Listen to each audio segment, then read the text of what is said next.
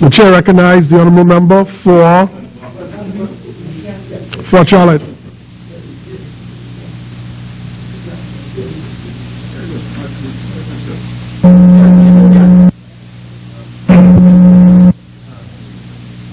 Podium. Your microphone.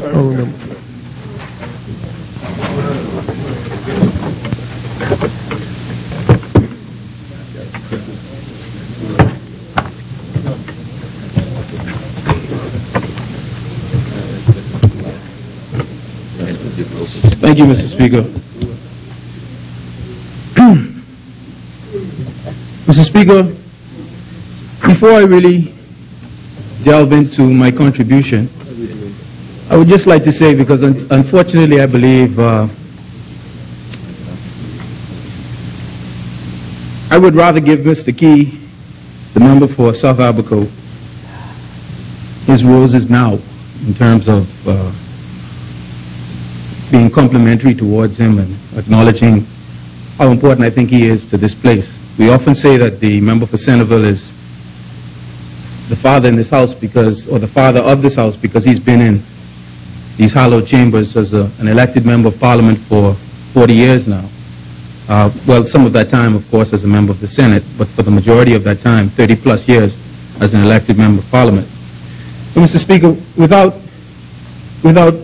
attempting to show any disrespect towards the leader of my party and the Prime Minister of this country, I really look up tremendously to the member for South Abaco. And I see him as not just an elder statesman, but sincerely one who is equally well deserving of being called the father of this house. Because he exemplifies at all times, Mr. Speaker, what it means to be a true patriot, an ultimate statesman, and someone who at all times puts this country before any political party. That's right.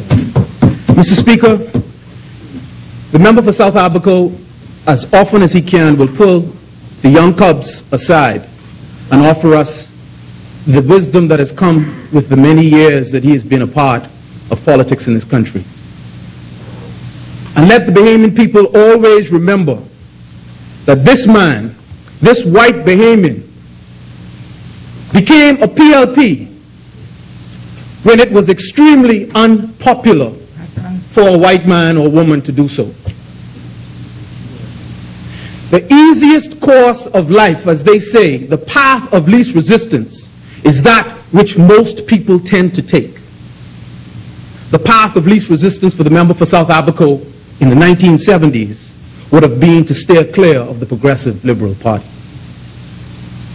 He would have been well served by telling Sir Lyndon Pindling that he wanted nothing to do with the PLP, for fear that by demonstrating that he believed in the core values and principles of the Progressive Liberal Party, it would harm his personal and private interests.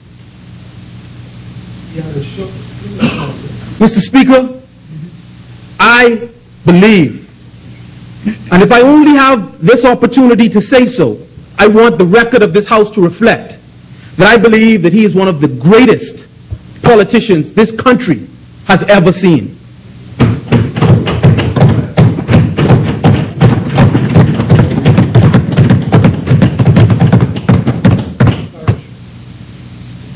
I sit here and I watch members on his team cringe when he gets up to speak. Because while they respect him, they are afraid that he will pull no punches and he will call a spade a spade. And oftentimes he gives comfort to members of the Progressive Liberal Party sitting in this place, because he will acknowledge when the party that he belongs to as government was wrong. And he did it again tonight, Mr. Speaker, as he always does. He gives credit to the opposing party just as much as he gives credit to his own. But he calls all out whenever he believes it is right and appropriate to do so.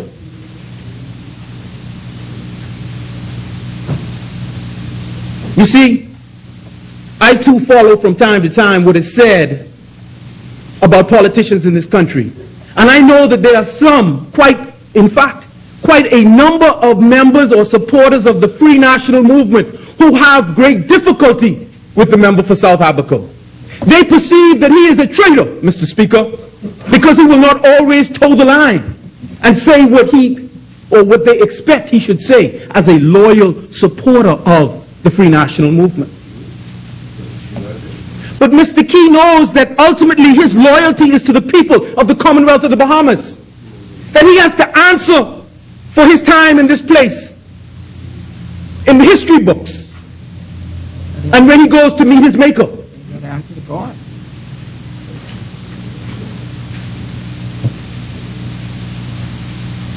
And for him, truth is the most important principle in public life.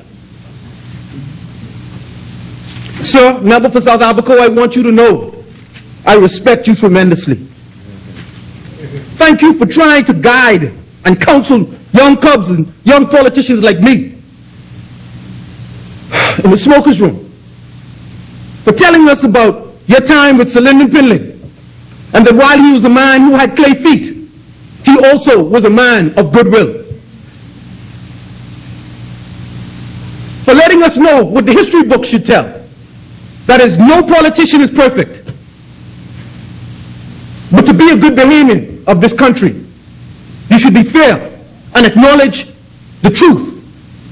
Because none of us is without sin.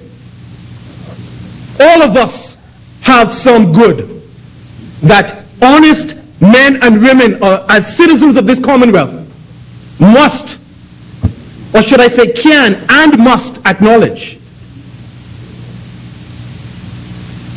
You see, while I believe in the youth of this country, I do not believe that the member for South Abaco's age should prohibit him from being a part of these hallowed halls.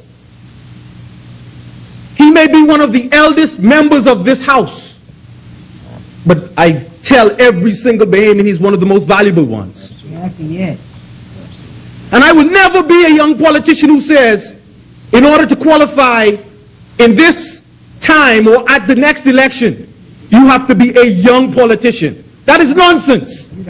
We cannot dispense with the wisdom of those who are elder statesmen.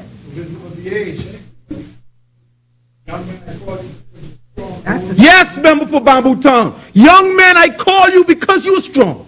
Old men because you know the way. Old men because you are wise and know the way. Wow, that's a good spin, boy. I like that spin that you get. Mr. Speaker, That's a good spin. those who are true Bahamians, whether they be supporters of the Free National Movement or the Progressive Liberal Party, Or the DNA. appreciate and recognize the value of wisdom when it comes from men like the member for South Abaco.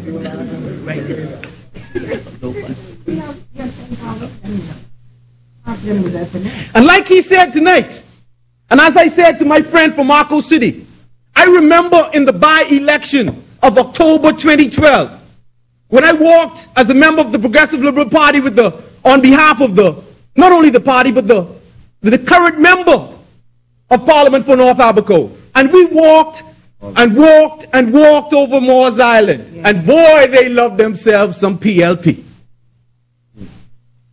I appreciate it, Mr. Speaker. Why anybody laboring in the vineyard as a member of a third party, in my estimation, Mr. Speaker, is laboring almost in vain. Because You're right, boy. we recognize that in the election of 2012 that brought the former leader of this country and the Right Honourable Hubert Alexander Ingram to power, we remembered, the Marco City member and I, that one of the things that we continued to preach as we went door to door, after looking at the numbers of the May 2012 election, was that represented the largest single decline in support for the PLP by that polling division, the Moores Island polling division, that we were told by senior members of this party had ever been recorded. So we told them, fear ye not. We getting them back. Do not lose hope or faith in the party that you have traditionally, historically, always supported in massive numbers. We will not forget you. We will rescue you. And we will ensure that we give you every reason to get back to showing the massive numbers of support that you have always done to the PLP. We remember that. Remember for Marco City, we had to wonder why he was getting lost in the background, because he would take so much time trying to sell the people of Moores Island, who may have been wavering, who had lost faith in the PLP, become disillusioned with the PLP, that all of the hope was not lost, that they should come back home. Mr. Speaker, so I can relate to the loyalty that exists in this country on the basis of party, PLP and FNM. So when people say you are an opportunist or you are a turncoat, I tell them no, I'm a pragmatist, I am a realist, and I understand that you could be preaching the sweetest sermon. You could be speaking the most wise words. Be the best orator since Martin Luther King Jr. But all of that is for naught, Mr. Speaker, because of the way we in this country practice politics. I heard the member for South Abaco talk about a rumor that 100 jobs had been created at BAIC, and the member for Mount Moriah stood up to refute it. The fact of the matter is, getting back to this budget, that so many Bahamians rely on the largesse of government to provide them with the means to exist, to put food and bread on the table, that they are afraid of the power of the politician. And they don't want to take the chance on a group of upstart politicians by putting on their t-shirt, because they know, and I can tell you that it happens, that will be held against them after the next election if that party of young newcomers, young or old, loses. That they will be reminded, you ain't support us last time. I got to look out for them who support us. So, in an environment of economic frailty and weakness, can you blame the man and the woman on the street who can't find work, who have babies crying at their feet saying, Mommy and Daddy, I want something to eat. I want to know when the BEC light is going to turn on. I want to know when we could stop having to catch the jitney.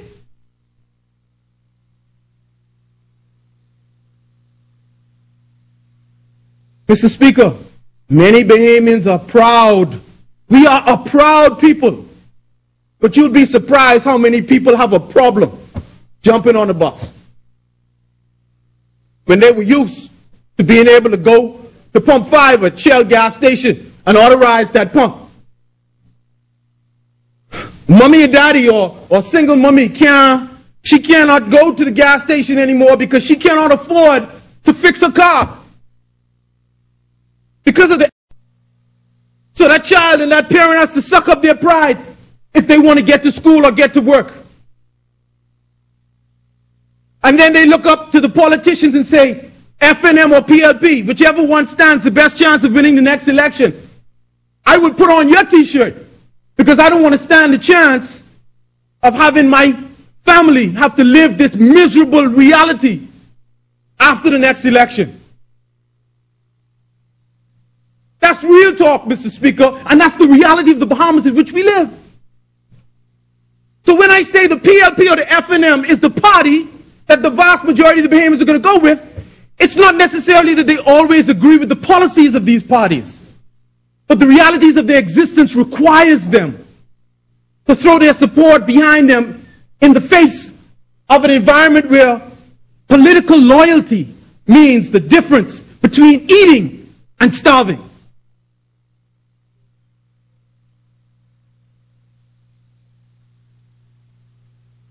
Mr. Speaker, I voted for value-added tax. And I'm going to get into this budget and the fiscal realities of this country in a way that I think Bahamians can appreciate. And I'm going to follow the example of statesmen like the member for South Abaco in putting my case forward. And it is not because I do not value the philosophy and the principles of the Progressive Liberal Party. It is because I want to challenge my party to cause this country to be placed on the right footing so that we are headed in the right direction. Mr. Speaker, may I have a glass of water, please? Mr. Speaker, I wish to begin my formal contribution by refuting a comment that was made in this House on Monday past, where it was said that we were not pressured by the IMF to introduce value-added taxation. This is just not an accurate statement, Mr. Speaker. Of course, we were pressured by the IMF to introduce value-added taxation because it was clear to the IMF, just as it should have been clear to the Bahamian public, that our government had just grown too big and too expensive to operate, and our economy was not performing well enough to pay for it. There's absolutely no question about it, Mr. Speaker. We were approaching the economic danger zone. The press reported that a recent IMF mission led by Mr. Mbuyamu Matungalu encouraged the government to finalize the implementation of that. So the IMF mission last year encouraged the government to implement that. This is how it was reported in the press, Mr. Speaker. I believe the choice of word was intended to be diplomatic.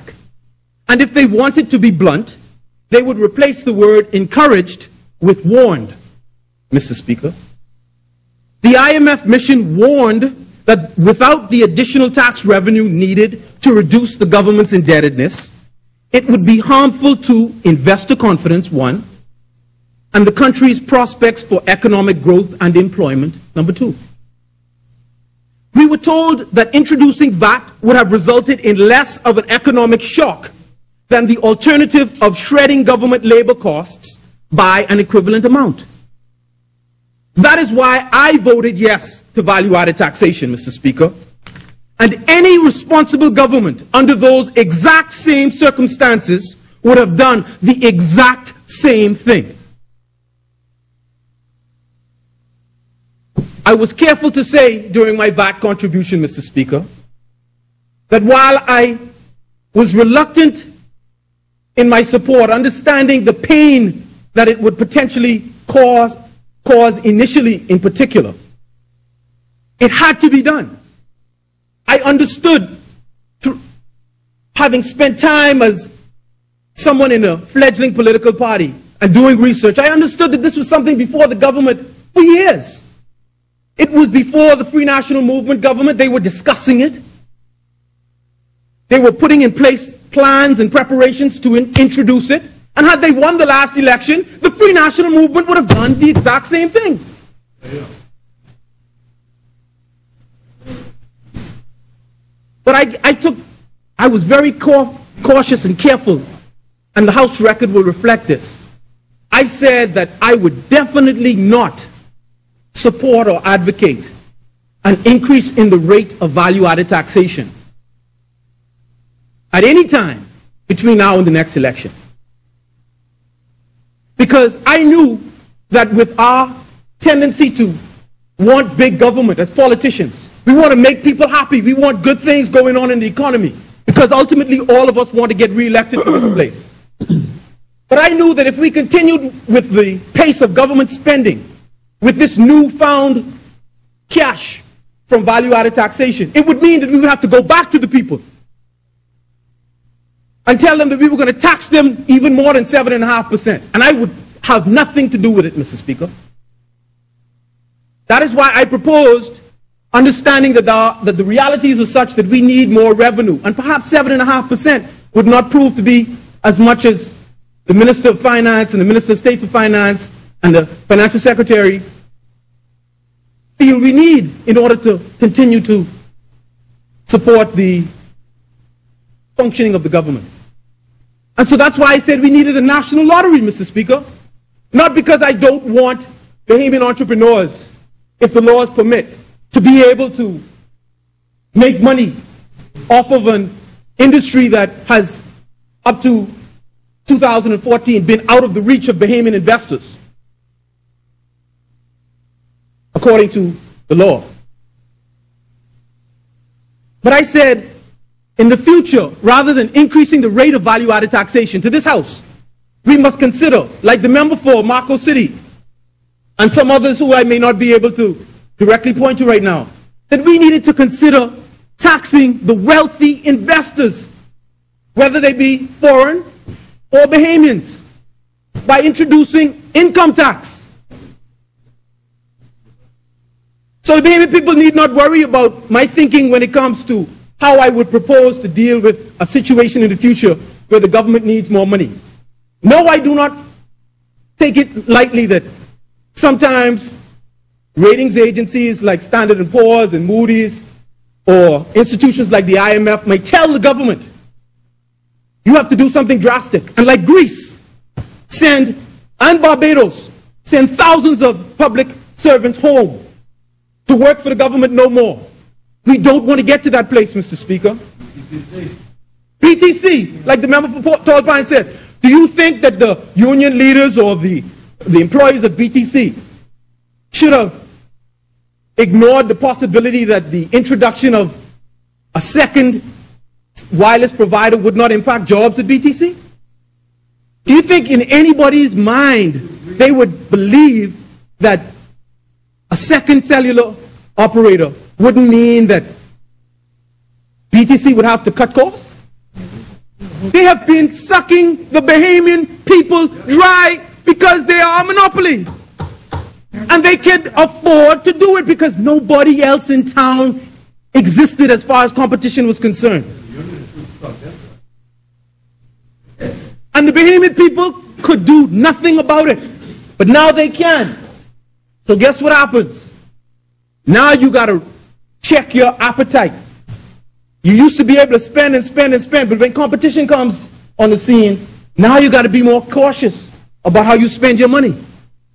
So yes, in the not too distant future, the member for Golden Gates will be dealing with unionists and employees of BTC who are not happy about the possibility of having to take a voluntary separation package, but who may be demonstrating in this same square, asking for the government to do something on their behalf. That's the reality, Mr. Speaker. And that is why I believe we must be careful in the pronouncements that we make. Because when the member for Centerville says that we have turned the corner, the vast majority of the Bahamian people believe that really good times are in the offing, that better days are soon to come. And if that is not the case, Mr. Speaker, that tremendous optimism that the words of the Prime Minister will have created, or have created, will quickly flip over and become emotions of anger and resentment towards all of us on the government side. Because we were banging on the table and banging and banging and banging during the contribution of the Minister of Finance when he spoke of how favorable our economic future seems to be. So naturally their expectations are that we don't need to be fretting about losing jobs in this economy where we've hit rock bottom. Now it's up, up, up and up. There's no more depth for us to sink to. I believe we must be cautious in our pronouncements, Mr. Speaker, because the unrealistic expectations could very easily make the last 2 years of our administration far more difficult than the first 3 have been. Mr. Speaker, I want to touch on NHI and the economy. Did we need to increase government revenue in the interest of protecting our nation's fiscal welfare? Absolutely. And that's why I say again and again, you could beat me with the stick all you want that I voted for VAT. You put the people out there in the shoes of me and everybody else in here that voted for it, I believe you would understand, faced with the warnings, the dire warnings that the former administration faced and this current administration faces, they would have done the exact same thing. The question we all need to be asking, however, is whether continued tax increases will be sustainable in the absence of a simultaneous increase in economic activity. The answer, Mr. Speaker, is a resounding no. If the economy doesn't grow, on average, businesses won't experience a growth in profits. Employees won't receive a boost in wages. And therefore, neither businesses nor their employees can absorb an increase in taxes without a loss of profitability and disposable income. For a number of these businesses, it will mean a choice between cutting jobs and staying in business. Unless we stimulate economic growth in this country, we should not be entertaining any discussion about introducing any more taxes on the poor and middle class than we already have with the imposition of value-added tax at 7.5%. That means no increase in the rate of VAT, and, Mr. Speaker, that in this struggling economy, we cannot afford the introduction of a national health insurance tax without risking further stagnation to our already ailing economy. Our economy, Mr. Speaker, if we wish to be brutally honest, is not performing as it needs to be. This is an incontrovertible fact. We have heard stated repeatedly that we need to achieve annual GDP growth of 5.5% to meaningfully reduce the rate of unemployment and simultaneously absorb the number of high school graduates. Our economy is currently not even performing at 1/4 of that rate, Mr. Speaker. You can only impose so much taxes before you experience the law of diminishing returns. Tax revenues decrease because you tax businesses and consumers more than they can bear to be taxed. Businesses close down and employees are sent home. In effect, Mr. Speaker, you tax the economy to death. It is imperative that we make every effort to give it to the public straight. Straight, no chaser. When I was in Jamaica, they don't drink 150 proof rum with Coca-Cola. They don't even put ice in it. Now, I must confess, they put water in it. Ray and nephew, they mix it, they put little bit of water. I'm saying that when we tell the Bahamian people what the real deal is, don't even put water in the cup with the Ray and nephew. If you like Bacardi, just give him the Bacardi. The member for Central Grand Bahama, he can relate to this talk real well. Just give him the liquor without any chaser, Mr. Speaker. You know why? Do you know why, Mr. Speaker? Because the man and the woman on the street, and plenty of them in Fort Charlotte vex with me. People in Fort Charlotte, I tell you, I like to be real. They vex with me, Mr. Speaker. I'm like, you know, I got to take the good with the bad. They vex with me, but I just got to tell them, let me give it to you straight. Now, if I tell you, if I want to sweeten you up, I tell you, hey, take that glass of rum, put 3 cubes of ice in it, some Bacardi 8, you know, try and get you feeling real good. That's what they say we do at the rallies, right? But guess what? We don't have time for conversations that are not sober. This is a sober conversation. And I apologize to the men and women of the cloth at home listening to me, or the good Christian people at home, because I'm not, I apologize that I had to try it as much as possible to inject a little bit of humor and, you know, Reality. a little lightness to my contribution. Because sometimes people say that, you know, you're so stiff, you know. But the jocularity at times is good. It's good for the soul. So let's give it to the Bahamian people straight, Mr. Speaker. Things are not going well. And I submit, Mr. Speaker, that if the member for Centerville gives it to the Bahamian people completely straight, it will all go well for the PLP come the next election. But if you raise people's expectations, you tell them, look outside, see the sun? And the man or the woman looking up could only see trees, no sunlight coming through. He get vexed with you, Mr. Speaker. Now I say this not to disrespect the Prime Minister of the Commonwealth of the Bahamas, but I'm telling you, I believe it is in the interest of the party I'm a member of to give it to the people straight.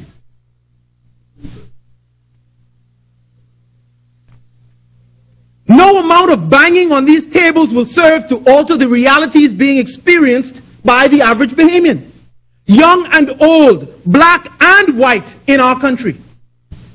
You see, not only are Bahamians in Fort Charlotte losing homes, Mr. Speaker, but even those in previously unheard of places like Spanish Wells in North Eleuthera. People never thought they'd hear the day that fishermen in Spanish Wells were having their homes repossessed by the banks, or boats. The member for North Eleuthera could tell you it's happening. So don't make this a black or white thing, a rich or a poor thing. Formerly rich people are struggling like hell in this economy.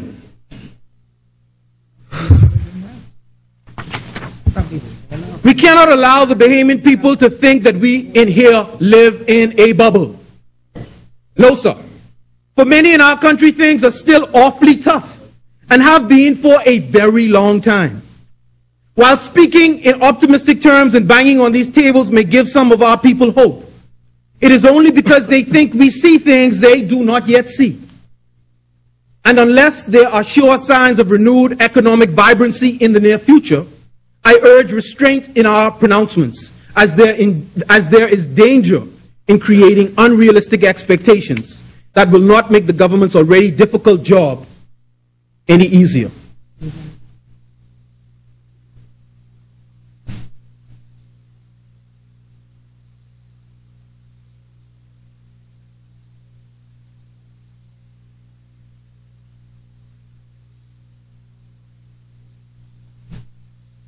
Should we forecast doom ahead, Mr. Speaker? Absolutely not. It's important for the leader of our country to be optimistic. It's important because we take our lead from the leader of our country. How optimistic? That's what I refer to. Caution does not eliminate the ability to also be optimistic. However, until we are certain that we are out of the economic woods, we should be careful not to cause the Bahamian people to believe that when they look up, they shouldn't be seeing trees, but economic blue skies and sunshine. Until we are truly out of the woods, Mr. Speaker, we would be better served by tempering the public's expectations. When we say that the economy has turned the corner, the inference drawn from that statement by the public is that the economy is now healthy enough to support an increase in jobs and wages. But is it really? Is the economy really healthy enough to accommodate an increase in jobs? Is the rate of unemployment low enough to give Bahamian laborers the degree of negotiating power to be able to name the price for their labor? And if not, met by their employers, are they easily able to walk off their jobs and quickly find another one? No, Mr. Speaker. No. This is just not the case. And this is not my opinion. The macroeconomic numbers bear this out. The numbers tell us that in the aggregate, there is inadequate demand for labor, and the economy is still not performing well. The Prime Minister suggested as much in a Friday, February 13 article in the Tribune, where he said in response to the call for an increase in the minimum wage that, and I quote, "Though I have indicated we have turned the corner, that is the promise of investments to come. So I can't base my view on minimum wage on what has not happened," said the Prime Minister. I continue to quote him. "I have to use the indicators of the economy as they are to guide us on what we are going to do." He continued, "We are going to do so incrementally as our circumstances allow us to do so. Obviously, our economy is not doing well if we are afraid that an increase in the private sector's minimum wage from a mandatory minimum of $150 per week will hurt businesses and job security.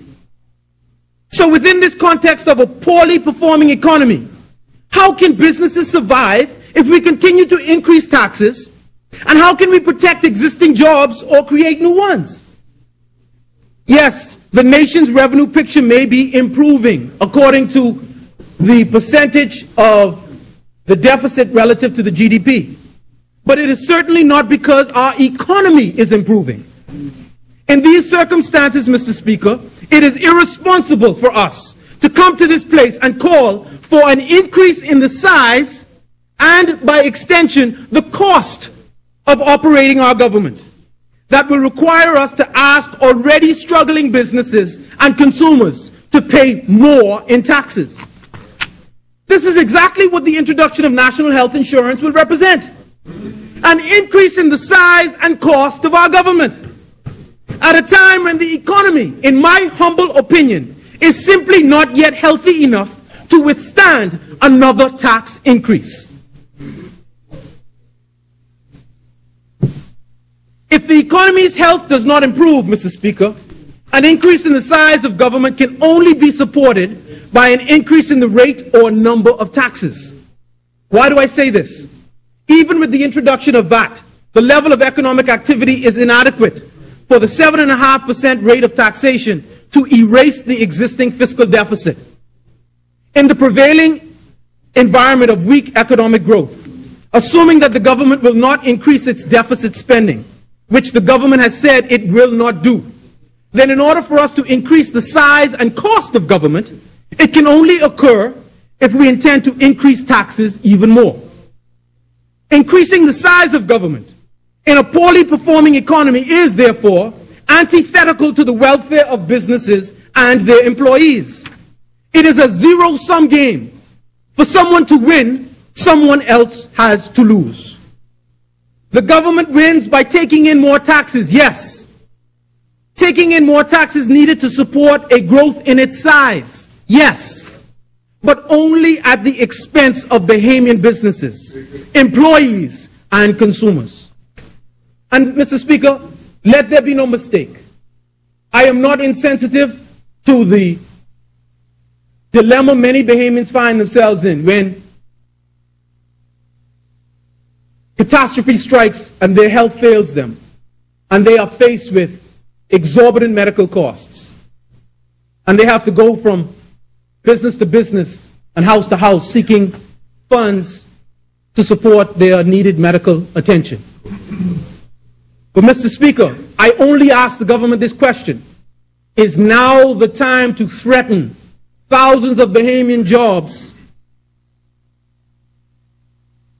with the introduction of a national health insurance tax?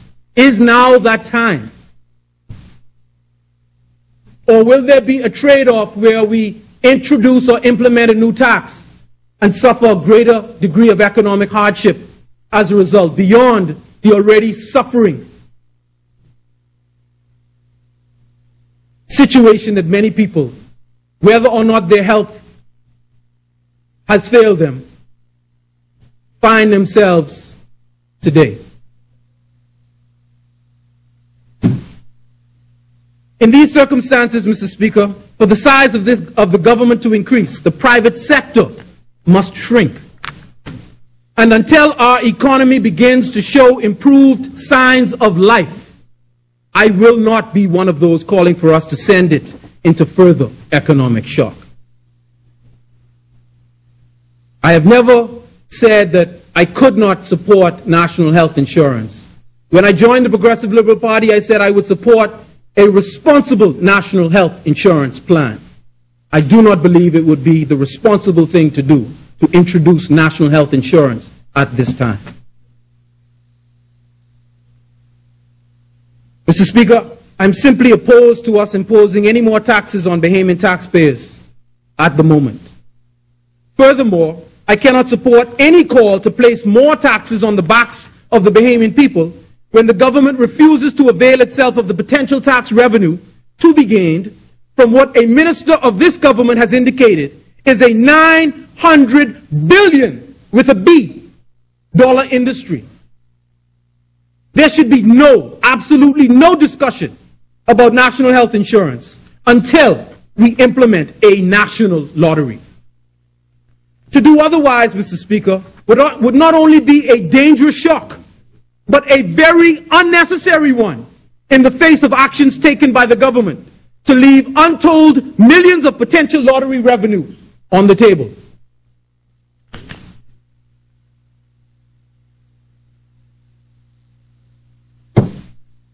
The energy, Mr. Speaker. On the topic of shocks, our nation's energy sector is a major impediment to our country's economic growth. I call on the government to put an end to the delay in effecting reform in this vital sector, as the prospects for improved economic health are significantly dependent on our ability to reduce the cost of energy to businesses and residential consumers. There is no reasonable explanation for why we need to have the highest energy costs in this region. No, I agree. The reality is that we must put pressure on the business community to increase the average salary. And one easy way to do it, Mr. Speaker, is by effecting energy reform, which will result in reduced electricity costs for businesses that they can, in part, pass on to their employees in the form of higher wages. You know, I recently heard Mr. Rupert Roberts, the owner of SuperValue, say that he is open to increasing wages by 33% to $200. You know, just to wrap my head around that. All respect to Mr. Roberts, successful businessman, but 33% increase will take them only to $200. Bahamians cannot afford to live in this country on $150 a week, Mr. Speaker. I didn't say don't increase it. My point is, I said, I was careful to say the average salary, because in my mind, the average salary cannot be $150. The minimum wage may be $150, but the average salary cannot be $150, not in this country. How? You got crime all around you, with $150 a week, and you got a man working for your food store, you could only expect him to thief. They do a good job at that. Now, Mr. Speaker, I'm not advocating it. I'm not advocating it. But $150 a week? After they pay BEC and BTC, they got nothing? No. They can't pay BEC. No, Mr. Speaker, don't let it be misunderstood. I'm not suggesting. See, I don't advocate. I am not about encouraging any. I'm giving it straight. I'm giving it straight. And do not let anybody say I'm encouraging people to steal from Rupert Roberts. Absolutely not.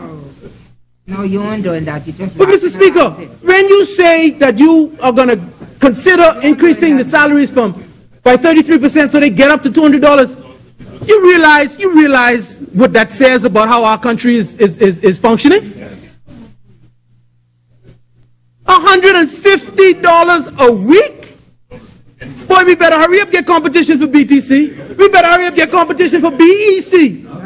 Because competition will hopefully bring about lower prices that the Bahamian people desperately need.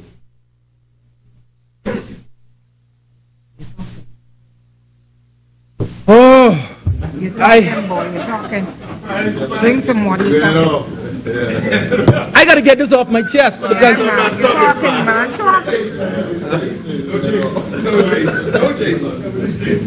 Mr. Speaker, our economy needs to be stimulated. And energy reform presents a significant opportunity for the government to do just that. Don't bring it back, Doc. We got it.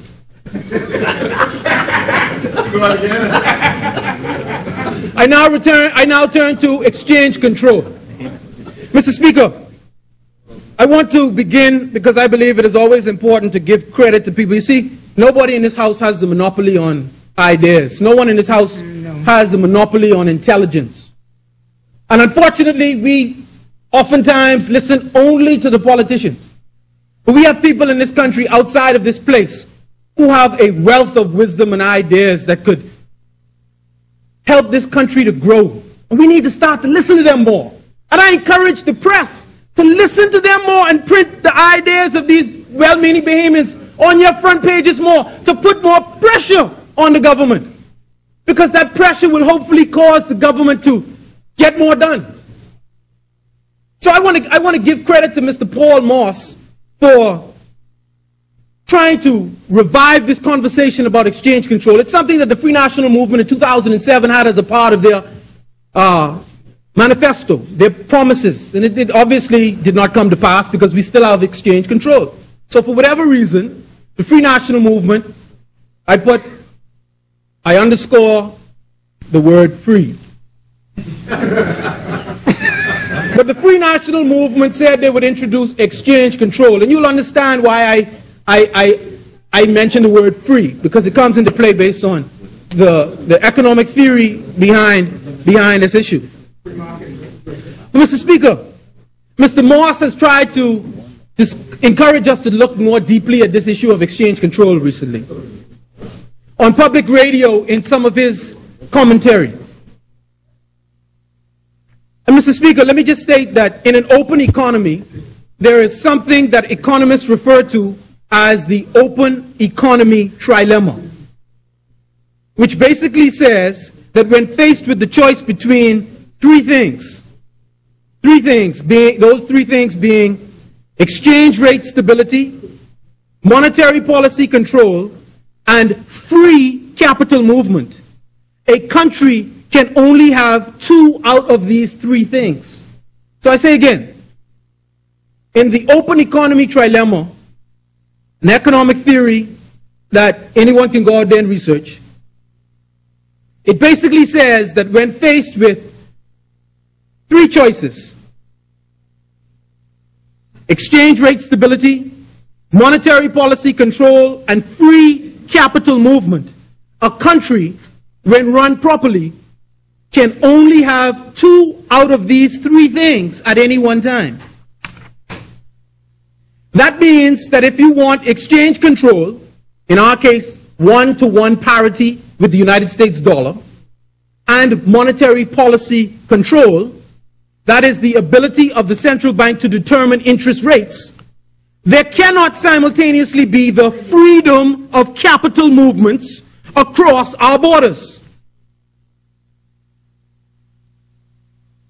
Or you may choose 2 other of those 3 things.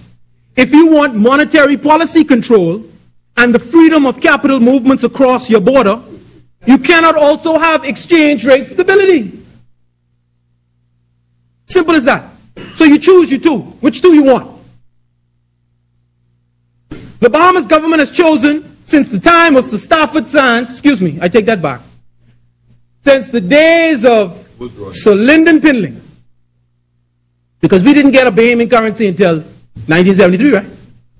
67, yeah. We got our own currency, but I'm happy to hear it. But I mean, in terms of a national, now, I won't put it in the word national. 66. But May 1960, thank you, member for St. Anne's and all of the members of this house who know that. It's 1966. And all the history teachers, again, that's why we need to know our history. And I didn't learn that in Bahamian history class.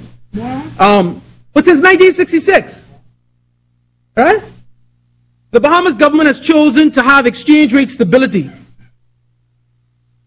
combined with monetary policy control by the central bank, and therefore chosen to forbid the free movement of capital across our border. And the reason I said 73, because the central bank has only been in existence since 73. Central bank has only been in existence since 73. Okay, so they had the monetary authority who was handling that role before. Yeah. Right? Yeah. So, So we said out of those three, we're going to go with exchange rate stability, and we're going to go with monetary policy control. And we're going to do away with free movement of capital across our borders. So you cannot just allow monies to go across the borders. You have to go through the central bank to get permission. Yeah. Right? Mr. Speaker, if we didn't have this capital control feature, the United States interest rates would prevail in the Bahamas. And local banks would have thousands of mortgages on their hands, more expensive than the values of the adjusted local interest rates. Yeah, that means we could have banked in the U.S. Yes, South Beach. That means we could have very easily banked in the United States, where very, very low interest rates prevail. And I'm hoping that the member for Seabreeze, along with the Minister of Finance in his wrap-up, will seriously address this issue. Because Bahamians ought to know why it is we pay so much more in interest rates than our neighbors to the north. And to the south. Missouri. And even here to the south. And send the Canadians What is the rationale? Send the Canadians back. If you are going to tell your people, you can't have exchange control. Sorry, if you're going to tell your people you're going to have exchange control, and you're going to have monetary control of your monetary control over your monetary policy, and you can't have free movement of capital so that you could ostensibly maintain this parity, right? It means then that we shouldn't be having a bunch of monies crossing our borders going elsewhere, right? 7 billion. Mr. Speaker. But that's what the DNA said they was going to do, you know. Mr. Speaker, I hope on talk shows they start to discuss these things, you know. I really hope. Because a lot of times we in here talk a bunch of trivial things, but this is serious talk, you know. Because if we didn't have this capital control feature, Mr. Speaker, the U.S. interest rates would prevail in the Bahamas. They would have to. Because you don't need a central bank to control monetary policy if you allow capital to freely move across your borders. So the question Bahamians have to ask is, so why are we having in our banks such high interest rates? Yeah, but let me just finish this point. That's a part of the DNA plan. Let me introduce this point. That's a part of who plan? The DNA when they was trying to get... Mr. Speaker, it has been revealed recently that there is almost $8 billion with a B dollars in a single Swiss bank belonging to Bahamians.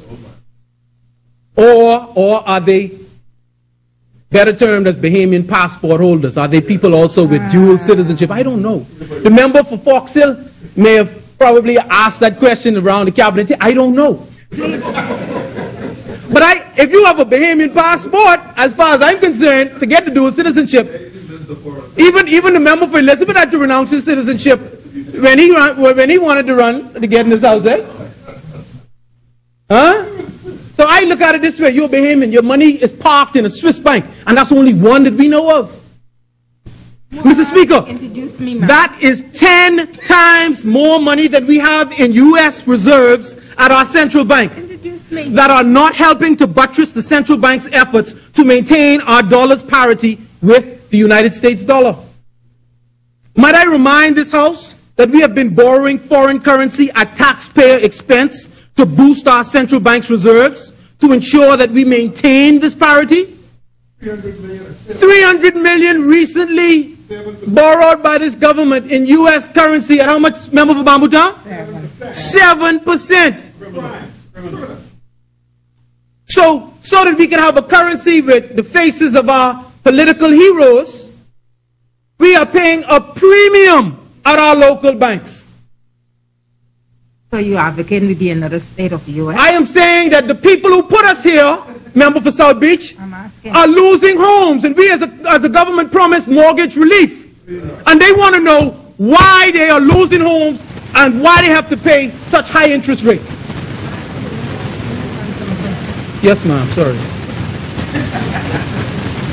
Mr. Speaker, it's a natural question, because if I pull out a dollar bill right now, the man or the woman that's losing their house, I don't know if they I don't know if they mind whether they look at a greenback with George Washington on it Members, bring your voices down. Members, versus whether they look at a Bahamian dollar bill with the face of Sir Lyndon Pinling on it.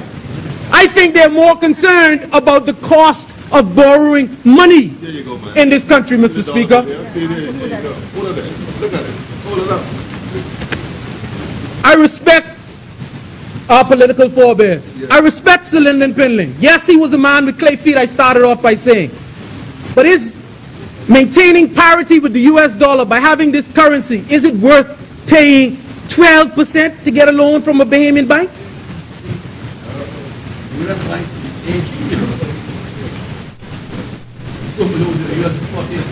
Mr. Speaker, and I'm closing soon. Mr. Speaker, the premium that Bahamians are having to pay for one-to-one parity with the US dollar in the form of high local bank interest rates is all for naught, because there are no effective capital controls. Not if you have $8 billion of US currency in a Swiss bank or whatever currency is in. But that's money that could be, or supposed to be, according to the way we operate, that's supposed to be at the central bank. Introduce me, man. So we joking. What capital controls? We have, as far as the monetary trilemma is concerned, we have exchange rate stability. We have control over monetary policy, and we have free movement of capital across our borders. Mr. Speaker, in the world of economics, you know what that's called? Trying to have your cake and eat it too. Also becoming another state of influence. Mr. Speaker, if we have exchange control and free movement of capital across our border, it means there is absolutely no reason for the central bank to be imposing interest rates higher than those obtained in the United States on the backs of the Bahamian people. No reason other than to ensure that local banks receive rates of interest far superior to banks in America or Canada, for that matter. In the face of the revelation of the billions of Bahamian in the face of the revelation of the billions of Bahamian-owned currency in one Swiss bank, this only strengthens the argument that we should consider dollarizing the Bahamian economy, because exchange control in the Bahamas has failed.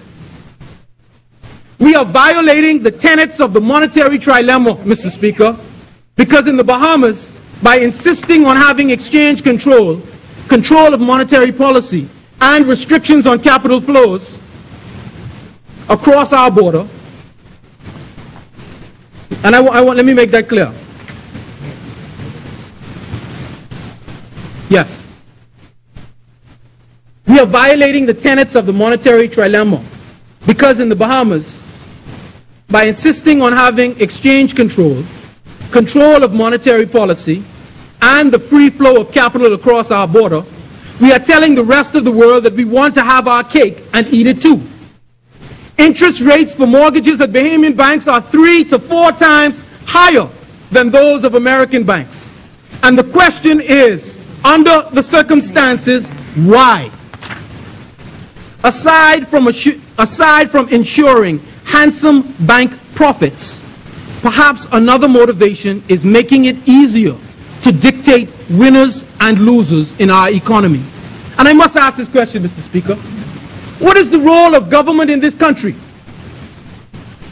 If this kind of situation persists, other than to promote the interests of foreign investors, foreign banks, and a select few rich Bahamian families, what is the purpose?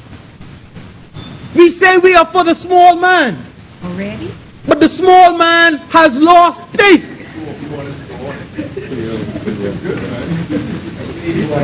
Yeah, you need to wait. Some may get offended when I suggest that, Mr. Speaker, that the government seems to be about pursuing the interests of foreign investors, foreign-owned banks, and a few rich Bahamian families, all to ensure that they can dictate the winners and losers in this economy, and by ensuring handsome profits for those who stand to benefit.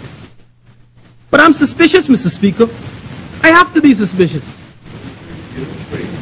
Give it straight, no chaser. And 21% on the credit card. 21%. Man, they taking the Bahamian people for lunch. Breakfast and dinner, Mr. Speaker.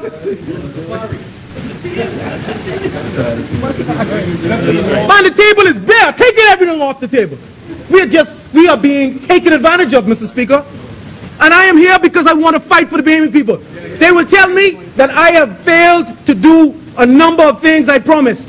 I will not come in this place and say that I have not made some promises that I have not kept.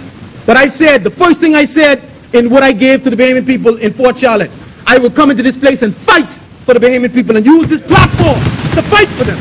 And I have not failed them in that regard, Mr. Speaker.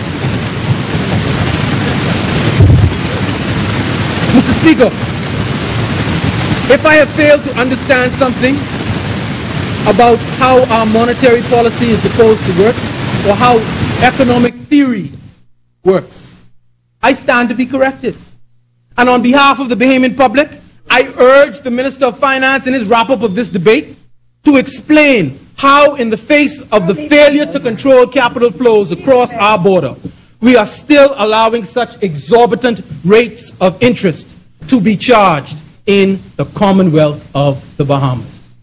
Mr. Speaker, I thank the people for giving me the opportunity to represent them in this place. I will not be silenced.